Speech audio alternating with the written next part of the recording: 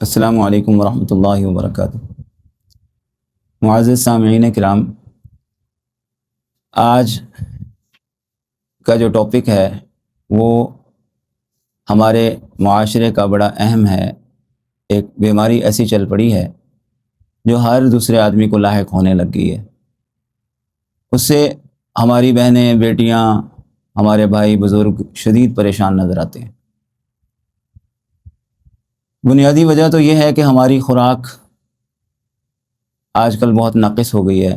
ہم fast food کی طرف چلے گئے، ہم گھر کے کھانے چھوڑ بیٹھے، اور دیگر ایسی عوامل اور عناصر شامل ہو گئے ہماری خوراک میں، کیمیکلز اتنے شامل ہو گئے کہ جن کی وجہ سے ہم مختلف بیماریوں میں جکڑے جا رہے ہیں۔ خاص طور پر آج کل جو مرض بہت عام ہے وہ ہے بلڈ پریشر کا۔ بلڈ پریشر ایک ایسا موذی مرض ہے کہ جو ہوتا تو اسی وجہ سے ہی ہے، وہ بذات خود کوئی مرض نہیں ہے، وہ ہماری خوراک کی وجہ سے ہی وہ ہمارے اوپر مسلط ہے۔ تو بنیادی وجہ اس کی یہی ہے کہ ہم اس طرح کے چٹپٹے اور مرغن کھانے کھاتے ہیں اور فاسٹ فوڈ کا استعمال کرتے ہیں۔ اس سے بھی کچھ اجتناب کریں، اور ساتھ میں ایک عمل بتانے لگا ہوں جو انتہائی مجرب ہے۔ اگر باقاعدگی کے ساتھ وہ کریں گے تو انشاءاللہ العزیز چند دن کے بعد آپ کا بلڈ پریشر اللہ کے فضل و کرم سے نارمل ہو جائے گا۔ آپ کو دوائیاں کھانے کی بھی انشاءاللہ ضرورت نہیں پیش آئے گی۔ اس کے لیے ترتیب میں بتانے لگا ہوں، پڑھنے لگا ہوں، آپ اسی ترتیب کو ذہن میں رکھ کے چلیں۔ اگر آپ پڑھ سکیں تو بہت اچھا، نہ پڑھ سکیں تو اس کی تلاوت لگا کے سنیں۔